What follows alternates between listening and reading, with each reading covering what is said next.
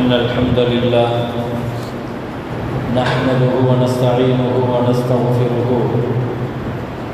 ونؤمن به ونتوكل عليه ونعوذ بالله من شرور أنفسنا ومن سيئات أعمالنا من يهده الله فلا مضل له ومن يضلل فلا هادي له وأشهد أن لا إله إلا الله وحده لا شريك له وأشهد أن محمدًا عبده ورسوله صلى الله عليه وعلى آله الطيبين وأصحابه الطاهرين والمؤمنين أجمعين. أما بعد، فقد قال الله تعالى في كلامه القديم الفرقان الحميد: أعوذ بالله من الشيطان الرجيم، بسم الله الرحمن الرحيم. ومن يعظم شعائر الله فإنها من تقوى القلوب لكم فيها منافع إلى أجل مسمى ثم محلها إلى البيت العتيق. قال نبينا وحبيبنا وشفيعنا محمد رسول الله صلى الله عليه وسلم: خذوها يا بني طلحة خالدة خالدة لا ينزعكم إلا ظالم، أو كما قال عليه الصلاة والسلام. அளவற்ற அருளாளன் நிகரில்லா அன்புடையோன் இல்லாமல்ல அல்லாஹுவை போற்றி புகழ்ந்தவனாக, உயிரிலும் மேலான கண்மணி முஹம்மது ரசூலுல்லாஹி ஸல்லல்லாஹு அலைஹி வஸல்லம் அவர்கள் மீதும், அவர்களின் பரிசுத்த தோழர்கள், குடும்பத்தார்கள், உம்மத்தார்கள், நம் அனைவர்கள் மீதும் அல்லாஹுவின் அன்பும் அருளும் வந்து சேரட்டுமாக. கண்ணியமிக்க முஃமினீன்களே, அல்லாஹ்வின் நல்லடியார்களே, ஹஜ்ஜினுடைய காலம், ஹஜ்ஜினுடைய அமல்கள் குறித்தும், ஹாஜிகள் அங்கே சந்திக்கிற இடங்கள் குறித்தும், அந்த புனித ஸ்தலங்களினுடைய கண்ணியம், மரியாதை, அதன் வரலாறு குறித்த தகவல்களை நாம் தொடர் வாரங்களாக நாம் பார்த்து வருகிறோம். பொதுவாக மற்ற அமல்களுக்கும் ஹஜ்ஜுக்கும் பெரிய வித்தியாசம் இருக்கிறது. மற்ற அமல்களோடு ஹஜ்ஜை ஒப்பிட்டு பார்க்கிற பொழுது அமல்கள் அதற்கு சில காரணங்களை சொல்ல முடியும். அல்லாஹ்வும் அதற்கான காரணத்தை குறிப்பிடுகிறார். தொழுகை கடமையது, நோன்பும் கடமையது, ஜகாத்தும் கடமை. ஆனால் இந்த அமல்கள் ஏன் கடமையாக்கப்பட்டது? இதற்கு ஒரு காரணத்தை அல்லாஹ் குர்ஆன்ல சொல்லுவான். நிறைய காரணங்கள் உண்டு என்றாலும் கூட அல்லாஹ் தஆலா அதற்குன்னு ஒரு காரணத்தை குர்ஆன்ல குறிப்பிட்டு சொல்லுவான். உதாரணமாக தொழுகையினால நன்மை என்ன, தொழுகையின் பலன்கள் என்ன, வெளிப்படையான உள்ரங்கமான சில பயன்பாடுகள் தொழுகையின் மூலமாக இருக்கிறது. அப்படி ஒரு காரணத்தை அல்லாஹ் குர்ஆன்ல சொல்லும்போது, தொழுங்க அப்படின்னு சொல்ற இடத்துல தொழுகை என்ன செய்யும் என்பதை அல்லாஹ் குர்ஆன்ல காரணத்தை சொல்லுவான். இன்ன ஸலாத்த தன்ஹா அனில் ஃபாஹ்ஷாஇ வல் முன்கர், தொழுகை மானக்கேடான, அருவருப்பான நம்முடைய கெட்ட நடத்தைகளை விட்டும் நம்மை பாதுகாக்கும் அப்படி குர்ஆன் சொல்லுது. அதே மாதிரி தான் நோன்பு பற்றியும் அல்லாஹ் குர்ஆன்ல நோன்பு கடமை என்று சொன்னான். ஏன் கடமையாக்கப்பட்டுச்சு? நோன்புனால என்ன பயன்? உடல் ரீதியான பயன்கள் இருக்குது. வயிற்ற காலி பண்ணுறதுனால, பசித்திருக்கிறதுனால என்னென்ன கட்டுப்பாடுகள் இருக்குதுங்கிறது வெளிப்படையான சில அறிவுக்கு சில காரணங்கள் தெரியும். எப்படி தொழுகையில் அறிவுக்கு சில காரணங்கள் நமக்கு தெரியும். தொழுகிறதுனால அது ஒரு எக்ஸசைஸ் மாதிரி இருக்குது, ஒரு மன அமைதி கிடைக்குது, ஓர்மை கிடைக்குது, உடல் ரீதியான ஃபிசிக்கலி பல பயன்பாடுகள் இருக்குது. இதெல்லாம் வெளிப்படையாக சொல்ல முடியும். ஆனால் அல்லாஹ் தஆலா இன்னொரு காரணத்தை சொன்னால் அது மானக்கேடான, அருவருப்பான உங்களுடைய கேரக்டர்களை சரி பண்ணும் அப்படிங்கிற அல்லாஹ். அதே மாதிரி தான் நோன்பனுடைய வெளிப்படையான சில காரணங்கள் நமக்கு தெரியும். நோன்பு வச்சிருக்கிறதுனால, பசிச்சிருக்கிறதுனால, குடல் காலியாக இருக்கிறதுனால என்னென்ன பயன்பாடுகள் இருக்குது அப்படிங்கிறது நமக்கு தெரியும். ஆனால் அல்லாஹ் ஒரு காரணத்தை சொல்றான், லஅல்லக்கும் தத்தகூன், நோன்பின் மூலமாக இறை அச்சம், அல்லாஹ்வுடைய பயம் உங்களுக்கு கிடைக்கும். ஏன்னா ஒருத்தர் நோம்பாளிங்கிறது பார்த்தா தெரியாது. ஒருத்தர் தொழுகிறாருன்னா அது பார்த்தா தெரியும். ஜக்காத்து கொடுக்குறாருன்னா பார்த்தா தெரியும் கொடுக்குறாருன்னு. ஆனால் நோன்பு தெரியுமா?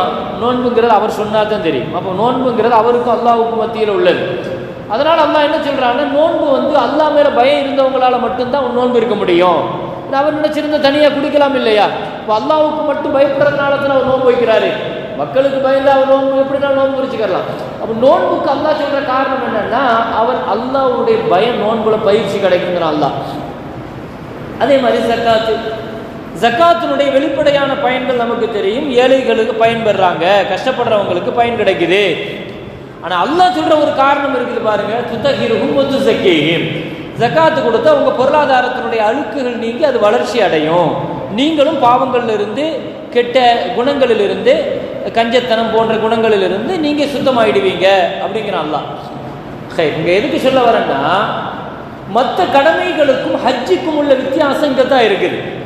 எல்லா கடமைகளையும் அல்லாஹ் சொல்லும் போது என்ன சொல்றான்னா, இதுக்காக நோன்பு வைங்க, இதுக்காக தொழுகுங்க, இதுக்காக ஜக்காத்து கொடுங்க அப்படிங்கிறான். ஆனால் ஹஜ்ஜை பற்றி சொல்லும் போது மட்டும் அல்லாஹ் எந்த காரணத்தை அல்லாஹ் சொல்ல மாட்டான். என்ன சொல்லுவான்? ஹஜ்ஜு செய்யுங்க அல்லாஹ்வுக்காக. அதோடு முடிச்சுக்கிடுவோம். அல்லாஹ் ஹஜ்ஜு செய்யுங்க அல்லாஹ்வுக்காக. என்ன அர்த்தம்? ஹஜ்ஜு முழுக்க முழுக்க அது உணர்த்துற பாடம் இதுதான். அது அல்லாஹ்வுக்கு முன்னால என் அறிவை நான் சமர்ப்பிக்கிறேன். என் அறிவுக்கு ஒத்து வருதோ இல்லையோ, என் அறிவுக்கு விளங்குதோ இல்லையோ, என்னால் புரிய முடியுதோ இல்லையோ, இதை ஏன் செய்யணும், இதை ஏன் செய்யக்கூடாது, இப்படியே அல்லாஹ் செய்ய சொன்னா, இப்படியே அல்லாஹ் செய்ய வேண்டாம்னு சொன்னா, எல்லா அறிவினுடைய மொத்த உருவத்தையும் அல்லாஹ்வுக்கு முன்னால சரண்டர் பண்றேன். அதனால தான் அல்லாஹ் எனக்காக ஹஜ்ஜிங்கிறான். அல்லாஹ்வுக்காக ஹஜ்ஜி. அல்லாஹ் எதை விரும்புகிறானோ, எதை செய்ய நினைக்கிறானோ அதை செய்ய வைக்கிறதுக்கு பேர் தான் ஹஜ்ஜி. அப்போ அந்த அடிப்படையில் நம்ம அங்கே போய் பார்க்கறது அமல்கள்ங்கிறத விட அல்லாஹ் அங்கே காட்டுற செயல்கள் எல்லாமே என்ன காட்டுவான்னா, அற்புதங்கள் அல்லாஹ் காட்டுவான். அற்புதங்கள் நிறைந்த இடங்களை அல்லாஹ் காட்டுவான். ஒரு பழமையான இந்த ஒவ்வொரு காரியத்தையும் ஏன் செஞ்சோம், எதுக்கு செஞ்சோங்கிறதெல்லாம் ஹஜ்ஜில் அமல்கள் என்பதை தாண்டி அல்லாஹ் அங்கே என்ன செய்யறான்னா, ஒரு பாடத்தை அல்லாஹ் கற்றுக் கொடுக்குறான். என்ன பாடம்? ஒரு குடும்பத்தை அல்லாஹ் கற்றுக் கொடுக்குறான். ஒரு தந்தையாக ஒருத்தர் எப்படி நடந்துக்கணும், ஒரு தாயாக ஒருவர் எப்படி இருக்கணும், ஒரு பிள்ளையாக எப்படி இருக்கணும், ஒரு குடும்பத்தையும் உறவுகளையும் பேசுவது தான் ஹஜ். ஹஜ்ஜுங்கிறது உறவுகளை படிச்சுக்கிற பாடம் தான். அங்க போய் ஹாஜிகள் என்ன செய்வாங்கன்னு நினைக்கிறீங்க? அரஃபால போறாங்க, முஸ்தலிஃபால இருக்கிறாங்க, மினாவில் இருக்கிறாங்க. இந்த 3 இடத்துல தான் தங்கி இருப்பாங்க. அரஃபா, முஸ்தலிஃபா, மினா. என்னங்க செய்வாங்க? தங்கி இருப்பாங்க, அவ்வளவுதான். ஏன் தங்கி இருக்கிறாங்க? ஏதாவது காரணத்தை சொல்ல முடியுமா? அரஃபால ஏங்க தங்கி இருக்கிறாரு ஒரு ஹாஃப் டே, முஸ்தலிஃபால ஏன் ஒரு ஹாஃப் டே தங்கி இருக்கிறாரு, மினாவில் ஏன் ஒரு 5 நாள் தங்கி இருக்கிறாங்க? தங்கி ஒரு கூடாரத்தில், ஒரு கட்டாந்தரையில், ஒரு பாலைவனத்தில் அல்லாஹ் கொண்டு வந்து அங்கே தங்க வைக்கிறான். ஏன் தங்க வைக்கிறான்? ஒரே காரணம் தான். எனக்கு காரணம் தேவையில்லை, அல்லாஹ் சொல்றான், அதனால நான் சரண்டர் ஆகிறேன். எந்த அமலும் இருக்காது, தொழுகை தான், நோன்பு தான். ஹஜ்ஜில் எந்த அமலுமே இல்லைங்க. ஒருத்தர் லப்பைக் அல்லாஹும்ம லப்பைக் தல்பியா கூட சொல்லலன்னு வைங்க, ஒரு ஜிக்ர் செய்யல, ஒரு சுப்ஹான் அல்லாஹ் சொல்லல, இங்க இருந்து பரப்பட்டு அல்லாஹ் பாதுகாக்கட்டும், ஒருத்தர் அப்படி செய்யறாருன்னு வைங்க, ஒரு திக்ர் செய்யல, தல்பியா ஓதல, ஒண்ணுமே செய்யல, போயிட்டு அந்த பயணத்தை முடிச்சுட்டு வந்துட்டாரு, அவர் ஹஜ்ஜு கூடும். ஹஜ்ஜு கூடுமான கூடும். ஹஜ்ஜுங்கிறது அமல் இல்லை. ஹஜ்ஜில் அமல் கிடையாது. ஹஜ்ஜி உணர்த்துற பாடம் எல்லாம் அந்தந்த இடங்கள்ல போய் உட்கார்ந்து அந்த இடங்களினுடைய புனிதத்தையும் புண்ணியத்தையும் விளங்கிட்டு வர்றதுதான் ஹஜ்ஜி. 5000 வருஷத்துக்கு முன்னால இந்த இடத்துல ஒரு இப்ராஹிம் அலைஹிஸ்ஸலாம், ஒரு குழந்தை, ஒரு தாய், ஒரு தந்தை இந்த இந்த இடங்கள்ல இப்படி வந்தாங்க, இப்படி போனாங்க, இதைத்தாங்க பாடமா படிக்கிறாங்க. போய் மினாவினுடைய இடங்கள் என்ன நினைக்கிறீங்க? ஒரு தந்தையும் மகனும் நடந்து போன பூமி தான் மினா. ஒரு தந்தையும் மகனும் நடந்து போன பூமி தான். நீங்க மினாவுல தான் ஹாஜிகள் 5 நாள் இருப்பாங்க. மினாவுல ஹாஜிகள் 5 நாள் இருப்பாங்க. மொத்த ஹஜ்ஜி 6 நாள் வைங்க. 8, 9, 10, 11, 12, 13 6 நாள் தான் ஹஜ்ஜி. 6 நாள் ஹஜ்ஜி. அதில் 5 நாள் எங்கே இருப்பாங்க? 5 நாள் மினாங்கிற டெண்டில் தான் இருப்பாங்க. ஒரே ஒரு நாள் மட்டும்தான் அரஃபாலையும் முஸ்தலிஃபாலையும், அப்படிதானே? 8வது நாள் லுகர், அசர், மகரிப், இஷா. 9வது நாளுடைய ஃபஜ்ர். 5 வக்து மினாவுல தொழுவணும். அடுத்து அரஃபாவுக்கு போயிடுவாங்க. அரஃபால மத்தியானம் 12 மணிலேருந்து அரஃபாவுடைய டைம் ஆரம்பிக்கும். அரஃபால அங்கேருந்து மகரிப் வரைக்கும் அரஃபாவுடைய டைம் ஒரு 6 மணி நேரம் வைங்க. பிறகு முஸ்தலிஃபால அங்கேருந்து புறப்பட்டு ராத்திரி ஃபுல்லாக முஸ்தலிஃபா, அன்னைக்கு ராத்திரி போகிறோம். ஃபஜ்ர் தொழுதுட்டு சூரிய உதயத்துக்கு முன்னால் முஸ்தலிஃபாலேருந்து கிளம்பிடுவாங்க. அதுக்கு பிறகு பூராவுமே வந்து இருந்தால் 10வது அன்னைக்கும் மினாதா, 11க்கும் மினாதா, 12க்கும் மினாதா, 13க்கும் மினாதா. என்ன அமல் இங்க, என்ன அற்புதம் அது! அமல் இது. அமல் நீங்க எதை சொல்லுவீங்க? ஹஜ்ஜை விளங்குறதுக்காக நான் சொல்றேன்.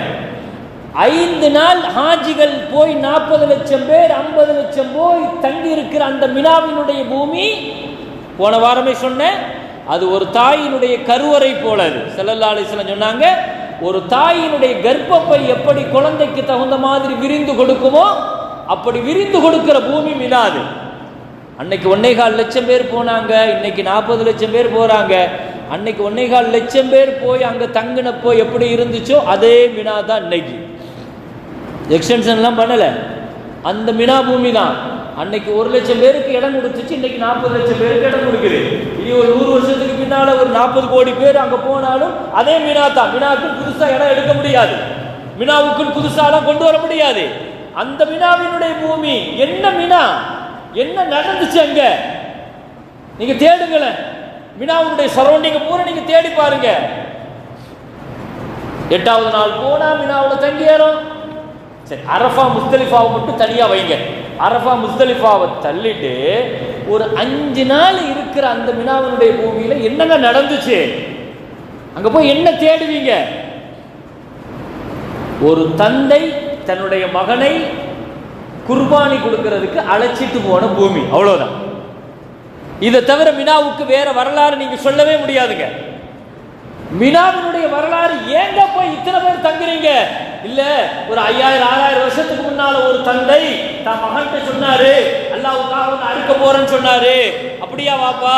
சரி, நான் பொறுமையா இருக்கிறேன், என்ன அறுக்கிறதுக்கு கூட்டு போங்கன்னு சொன்னாரு. வாப்பா கூட்டு போறாரு, மகன் பின்னாலேயே போறாரு. போன 3 இடத்துல இப்லீஸ் குறுக்க வந்து, எப்பா நீ இப்படி அறுக்கிறிய, உனக்கு இருந்த ஒரே பிள்ளைய அறுக்கிறியன்னு கேட்டான். வாப்பா கல்ல எடுத்து அவனை அடிச்சாரு. கொஞ்சம் தூரம் போனாங்க, மகன்கிட்ட போய் சொன்னா இப்லீஸ், எப்பா உங்க வாப்பா தான் சொல்றாருன்னா உனக்கு அறிவு வேண்டாமா, நீ பின்னால இப்படி போகலாமான்னு சொன்னா. மகன் கல்ல தூக்கி போட்டாரு. கொஞ்சம் தூரம் போனாங்க, தாயிட்ட போனா, அப்பா நீ தானே பெத்தெடுத்த, உனக்காவது அந்த பாசம் வேண்டாமா, அறுக்க கூட்டு போறன்னு சொல்லி சொன்னா. தாய் ஒரு கல் எடுத்து அவனை அடிச்சாங்க. ஒரு தந்தை, தாய், மகன் 3 பேரும் இப்லீஸ கல்ல எடுத்து அடிச்சது அந்த இடத்தை தான் இன்னைக்கு 40 லட்சம் பேர் போய் தங்கிட்டு வரோம். வேற வரலாறு மினாவுக்கு ஒண்ணுமே கிடையாதுங்க. இதே மாதிரி ஒரு 3 தூண் இருக்கும், 3 பில்லர் இருக்கும். அந்த அடிச்ச இடத்துல அடையாளமா வாப்பாவும் தாயும் தந்தையும் மகனும் சைத்தான கல்லெடுத்து அடிச்சாங்க பாருங்க. அடிச்ச இடத்தினுடைய அடையாளம். இப்லீஸும் அங்க கிடையாது, சைத்தானும் கிடையாது. நிறைய பேர் அந்த பில்லரை சைத்தான் நினைச்சுக்கிட்டு கோவத்தை போற அங்க காட்டுறது, அது கிடையாது. அவங்க அடிச்சது நம்ம ஆக்ஷன் பண்றோம், அவ்வளவுதான். ஆக்ஷன் தான், வேற ஒண்ணுமே கிடையாது. நம்ம கல்லேறி, அதனால சில பேர் கோவப்பட்டு செருப்படுத்து அடிக்கிறது, அதை சில பேர் அதெல்லாம் செய்வாங்க. அவன் சைத்தான் மேல அவ்வளோ கோவம் உண்டு, வரும்போது அவனையும் சேர்த்து கூட்டு வந்துடுவார், அது வேற விஷயம். அவ்வளோ கோவமா அதுதான் சைத்தான் நினைச்சுக்கிட்டு அடிக்கிறது. சில பேர் கோபத்தில் டென்ஷன் ஆகி செல்போனெல்லாம் தூக்கி அடிச்சிருவாங்க கோபத்தில். அவன் அதை சைத்தான்ங்கிற மாதிரி அதை என்ன செஞ்சுக்கிட்டு ஒரு ஆக்ஷன், அவ்வளோதான். ஒரு தந்தை, தாய், மகன் 3 பேரும் செஞ்ச அந்த ஒரு சின்ன தியாகம் தான் இன்னைக்கு மினாங்கிற பூமியில 5 நாள் கொண்டு வந்து இத்தனை லட்சம் மக்கள் அல்லாஹ் வருஷம் அல்லாஹ் அங்கே கொண்டு வந்து. ஹஜ்ஜு என்ன அமலை காட்டுச்சு? ஹஜ்ஜு அமல் உறவுகளைத்தான் காட்டுது. ஒரு தந்தை எப்படி இருக்கணும் காட்டுது, ஒரு தாய் எப்படி இருக்கணும் காட்டுது, ஒரு பிள்ளை எப்படி இருக்கணும் காட்டுது. இதை தவிர்த்து ஹஜ்ஜை என்னங்க செய்ய முடியும்? ஹஜ்ஜில் என்ன அமலை கற்றுக்க முடியும்? ஹஜ்ஜு முழுக்க போய் உலகத்தில் எங்கேயும் பார்க்க முடியாத இடம் அங்கே பார்க்கலாம். திரும்பிய பர்க்கம் எல்லாம் அது அற்புதங்கள் தான். அல்லாஹ் எல்லா நியதியையும் எல்லா சட்டத்தையும் அல்லாஹ் அங்கே உடைச்சிருவான். அதுதான் நான் போன வாரம் 2 வாரத்துக்கு முன்னால் கூட சொன்னேன். எதை செஞ்சாலும் வலது பக்கத்தில் செய்யுங்க, வலது பக்கத்தில் கொடுங்க, வலது கையால் கொடுங்க, வலது காலை முதல்ல போடுங்க, வலது கையை முதல்ல போடுங்க ஜிப்பாவை. எதையுமே வலது பக்கம் வலது பக்கம் வலது பக்கம் வலது பக்கம்னு சொன்ன மார்க்கம். சலாம் கொடுக்கும்போது கூட அஸ்ஸலாமு அலைக்கும் வரஹ்மத்துல்லாஹ் வலது பக்கம் தானே. ஆனால் காபத்துல்லாவை சுற்றும் போது மட்டும் ஏன் இடது பக்கம்? காபாவை ஏன் இடது பக்கம் சுற்றுறீங்க? எல்லாமே வலது பக்கம் வலது பக்கம். நீ என்ன பழகி இருக்கியோ அதை செஞ்சுட்டு போறதுக்கு இல்லை ஹஜ்ஜுங்கிறான் அல்லாஹ். நான் சொன்னதை நீ செஞ்சுட்டு போ. இங்க அதான் அல்லாஹ் அங்க அதைத்தான் காட்டுவான். நான் ரப்பு நீ அப்து, நான் ரப்பு நீ அப்து. வணக்கம்ங்கிறது நீ விளங்கி வச்சிருக்கிறது வணக்கம் அல்ல, நான் சொல்றது வணக்கம். ஒரு நாளைக்கு ஒரு பகல் ஒரு இரவு தானே இருக்கும். ஒரு நாளைக்கு ஒரு பகல் ஒரு இரவு. ஆனால் அரஃபாவுடைய நாளுக்கு எத்தனை இரவு தெரியுமா? அரஃபாவுடைய நாளுக்கு 2 இரவு ஒரு பகல். ஒரு நாளைக்கு இரவே இல்லாத ஒரு பகல் இருக்குது தெரியுமா? ஈது பெருநாளுடைய நாள் இருக்குது பாருங்க, ஈதுல் அல்லஹா. ஈதுல் அல்லஹாவுடைய நாளுக்கு இருக்கு, அதுக்கு பகல் மட்டும்தான், ராத்திரி கிடையாது. நான் எதுக்கு சொல்ல வரேன்னா, எல்லா நியதியையும் அல்லாஹ் அங்க உடைச்சிருவான், எல்லா அமைப்பையும் அல்லாஹ் உடைக்குவாங்க ஹஜ்ஜில். என்ன இதுதான் சட்டம், நான் சொல்றதை நீ செஞ்சுட்டு போ. ஏன் எதுக்குன்னு உன் அறிவுக்கு வேலை கொடுக்காத. நீ அடிமை. அடிமைன்னு என்ன அர்த்தம்? அடிமைன்னு என்ன அர்த்தம்? எஜமா நான் சொல்லுவேன் நீ செய்யணும், அவ்வளவுதான். நீ ரூம்ல இருக்கிறியா, 5 ஸ்டார் ரூம்ல இருக்கிறியா, 7 ஸ்டார் ரூம்ல இருக்கிறியா, இருந்துக்கோ. எவ்வளவு வேணாலும் என்ஜாய் பண்ணிக்கோ. எத்தனை நாள் வரைக்கும்? 8 வரைக்கும். 8 வரைக்கும் தான். 8 நீ வா, கீழே வா, கீழே வா. என் ஹரம்ல கூட இருக்க முடியாது, ரூம்ல இருக்க முடியாது. நான் சொல்ற இடத்துக்கு நீ வந்தாகணும். மினாவுக்கு அல்லாஹ் கீழே இறக்குவான். பெட்டு போட்டிருப்பாங்க, கொஞ்சம் ஏசி எல்லாம் இருக்கும் மினாவினுடைய டெண்டில். இவர் அப்படியே இருப்பாரு. எவ்வளோ நேரம்? ஒரு 5 வக்துக்கு. மறுநாள் அரஃபால பெட்டும் இருக்காது, அதுவும் இருக்காது, சாமியானா மட்டும் இருக்கும். அல்லாஹ் பாருங்க கொஞ்சம் கொஞ்சமாக தான் இறக்குவான். நீ பெரிய ஆள், அல்லாவுக்காக ஒன்றை நீ சரண்டர் பண்ணணும், நீ ஒன்றை மாற்றணும், நான் சொன்னா நீ செய்யணும். அப்படி இறங்குவார் அரஃபால. அரஃபால என்ன, அந்த மைதானத்தில் கொஞ்சம் சாமியானா இருக்கும், கீழே லேசாக பெட்ஷீட் விரிச்சிருப்பாங்க, அவ்வளோதான். அதுக்கு அடுத்து போவார் பாருங்க முஸ்தலிஃபா. முஸ்தலிஃபா என்னது? சாமியானாவும் இருக்காது, கீழே பெட்டும் இருக்காது, வெறும் தரை. தரைக்கு வா, மண் தரையில படு. குளிர் இருக்கும், நடுக்கம் இருக்கும், தலையை மூடக்கூடாது, மூடக்கூடாது முகத்தை. எப்படி இருக்கும் யோசிச்சு பாருங்க. ராத்திரி முழுக்க அந்த முஸ்தலிஃபால கோடீஸ்வரர்கள் படுத்திருப்பார்கள், பெரிய பெரிய டாக்டர்கள் படுத்திருப்பார்கள், பெரிய பெரிய ஓனர் எல்லாருமே அந்த தரைக்கு தான் வந்தாங்க. அந்த முஸ்தலிஃபால அந்த கட்டான் தரை தான், அது வெறும் தரை. அது ரூம் எல்லாம் இருக்காது, டென்ட் எல்லாம் இருக்காது, டென்ட் கூட இருக்காதுங்க, வெறும் தரை தான். ராத்திரி முழுக்க அங்கதான் படுக்கணும். ஹஜ்ஜி கற்று தருகிற பாடம் அசௌகரியங்கள். அசௌகரியங்களை எனக்காக நீ தாங்கணுங்கிறது தான் ஹஜ். கொஞ்சம் கஷ்டங்களை தாங்கணுங்கிறது தான். எங்க திரும்ப முடியாது, அங்க திரும்ப முடியாது, படுக்கிறதுல அசௌகரியம் இருக்கும், பாத்ரூம் போகிறதுல அசௌகரியம். வாழ்நாளில் ஒரு 1/2 மணி நேரமெல்லாம் போய் கீழே நின்று இருக்க மாட்டார். ரெஸ்ட் ரூம் போகிறதுக்கு 1/2 மணி நேரம் போய் நிற்பார், 1/2 மணி நேரம் நிற்கணும்.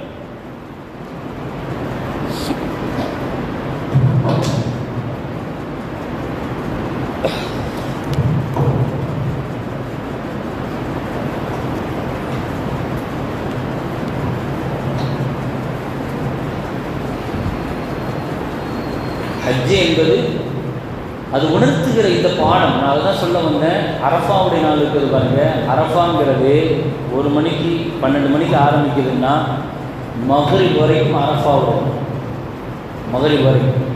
இப்போ மினாவில் இருந்து அரஃபாவுக்கு கிட்டத்தட்ட ஒரு 12 மணிக்கு வரணும்.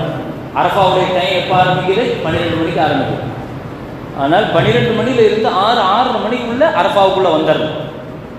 அரஃபாவில் ஒருத்தர் வரலன்னு சொன்னால் அவருடைய ஹஜ்ஜு கூடாது. அரஃபாவில் வந்து என்ன செஞ்சிடணும்? வந்தவங்க நோயாளி ஆகிட்டாங்க, அல்லது எமர்ஜென்சி வார்டில் இருக்கிறாங்க, ஐசியூவில் இருக்கிறாங்க, அந்த மாதிரி இருந்தால் கூட ஆம்புலன்ஸில் கொண்டு வந்து அரஃபாவில் கொஞ்ச நேரமாவது நிறுத்திட்டு கொண்டு போயிடுவாங்க. ஏன்னா அரஃபாவில் அந்த பூமியில் வந்து தங்கினா தான் ஹாஜாவை ஹஜ்ஜு கூடும். இப்போ ஒரு வேளை மகரிபுக்குள்ளே வர முடியலன்னு வைங்க, ஒருத்தர் மினாவில் இருந்தேன்னா 40 லட்சம் பேர்களை அவ்வளோ ஒரு பெரிய கூட்டத்தை கொண்டு வந்து வர்றதுங்கிறது சாதாரண விஷயம் இல்லைங்க. அல்லாஹ்வுடைய கிருபையில் அந்த ஒரு பூமி இருக்குது பாருங்க, அந்த அரஃபா வாழ்நாளில் ஒரு நாள், வருஷத்தில் ஒரு நாள் தான் அந்த பகல் மட்டும்தான். அந்த பகலுக்காகத்தான் அந்த அரஃபாவில் இத்தனை வருஷம் முழுக்க அவங்க வேலை செய்கிறாங்க. அந்த அரஃபாவுடைய நாளுங்கிறது அவ்வளோ முக்கியமான நாள். அது அவ்வளோ பெரிய ஆட்சிகளை ஒரே இடத்துல கொண்டு வரதுங்கிறது எவ்வளோ பெரிய கஷ்டங்கிறத முதல்ல நம்ம யோசிக்கணும். ஏன்னா அரஃபாவுடைய பூமியை பற்றி சாதாரண நினைக்கக்கூடாது. இன்னொரு விஷயத்தை நான் சொல்கிறேன், அது மஹ்ஷர் பூமியை ஞாபகப்படுத்துகிற மாதிரி இருக்கும். மஹ்ஷர் எப்படி இருக்குமோ அதை விட மேலாக நான் இன்னொரு செய்தியை சொல்கிறேன், அந்த பூமிக்கு போகணும்னு ஆசைப்படணும். ஏன்னா அல்லாஹ் தஆலா ரூஹுகளை எல்லாம் அல்லாஹ் முதல்ல எழுப்பி குர்ஆன்ல அல்லாஹ் சொல்கிறான், நம்ம எல்லாம் அல்லாஹ் ரூஹுகளாக அல்லாஹ் முதல்ல எழுப்பினான். ஆன்மாக்களுடைய உலகத்தில் நம்ம எல்லாம் எழுப்பி அலசு பிறப்பிக்கும். அல்லாஹ் குர்ஆன்ல இந்த செய்தியை அல்லாஹ் சொல்கிறான், ஆதமுடைய முதுகந்தண்டிலிருந்து அவருடைய சந்ததிகளை பூராவுமே நாம எடுத்தோங்கிற அல்லாஹ் எடுத்து ரூகுகளாக அல்லாஹ் நிறுத்தி நம்மள்ட்ட கேட்டான், அலசு பிறப்பிக்கும், நான் உங்க ரப்பு இல்லையா அப்படின்னு கேட்கிறான் அல்லாஹ். நீ தான் ரப்புன்னு சொல்லி நாம பதில் சொல்லியிருக்கிறோம். அப்படி ரப்புன்னு நாம சொன்னோம் இல்லையா, இது இந்த ஒப்பந்தம் நடைபெற்ற பூமி எதுன்னா அரஃபாவுடைய பூமி தான். அந்த அரஃபா மைதானம்ங்கிறது அல்லாஹ் ரூஹுகளை வச்சு ஒப்பந்தம் வாங்கினான் பாருங்க. நம்ம ஆமான்னு சொன்னதுனால தான் முஸ்லீம்களாக இங்கே உட்கார்ந்து இருக்கிறோம்.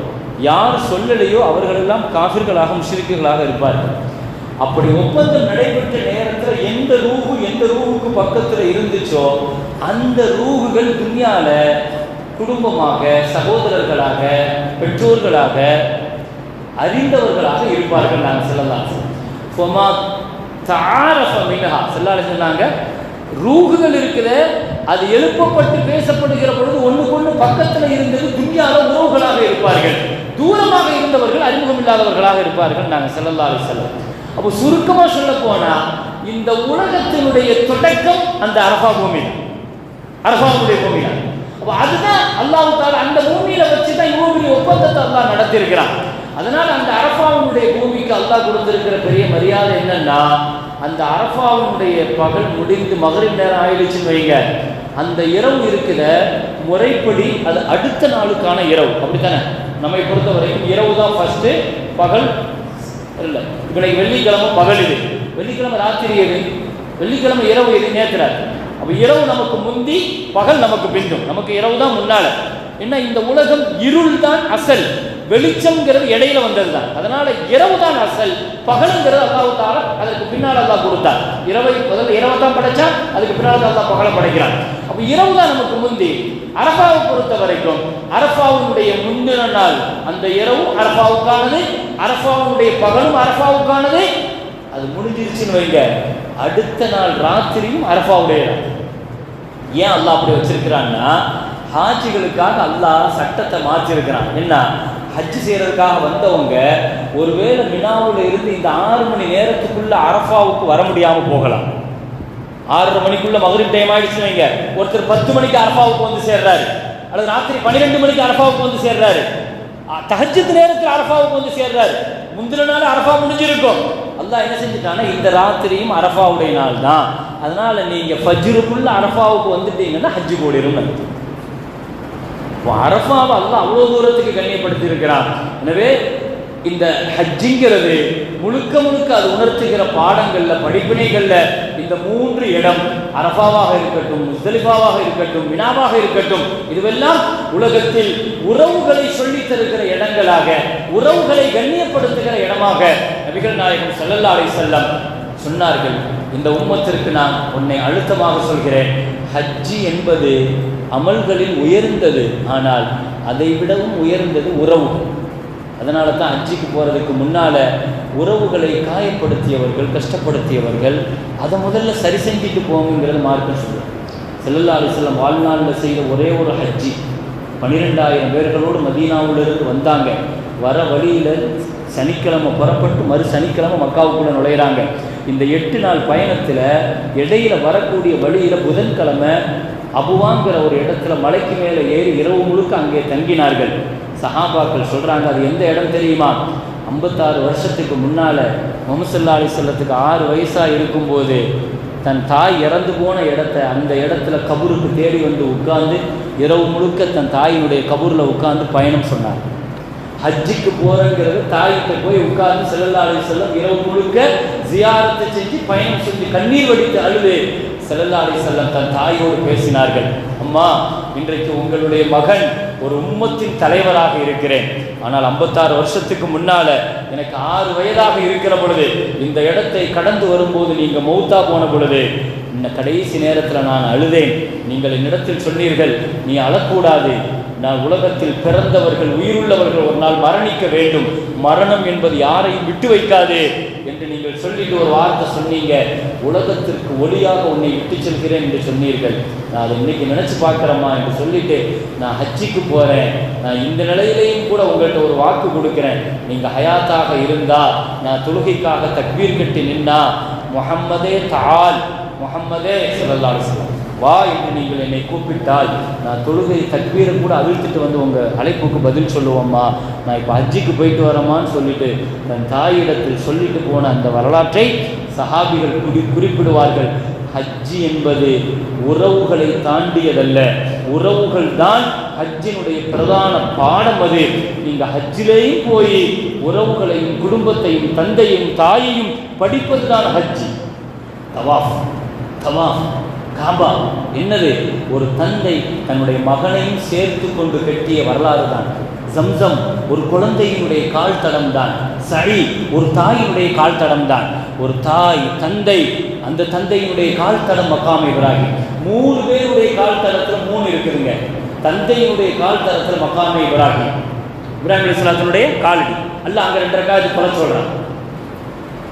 குழந்தையினுடைய கால் தடத்தில் ஜம்சம், தொழுதுக்கு போய் சம்சம் குடிங்கிறாங்களா. தாயினுடைய கால் தரத்தில் சரி முடிச்சுட்டு போய் சரி செய்யுங்கிறாங்களா. அப்போ ஒரு தந்தை, தாய், குழந்தை 3 பேர்களுடைய காலடி தடத்தில் உறவுகளை படித்துக் கொள்வதுதான் ஹஜ்ஜி. இதை புரிந்து கொண்டால் ஹஜ்ஜின் தத்துவத்தை விளங்கலாம். வாஹிர் தாவானா அல்ஹம்துலில்லாஹி ரப்பில் ஆலமீன். அஸ்ஸலாமு அலைக்கும்.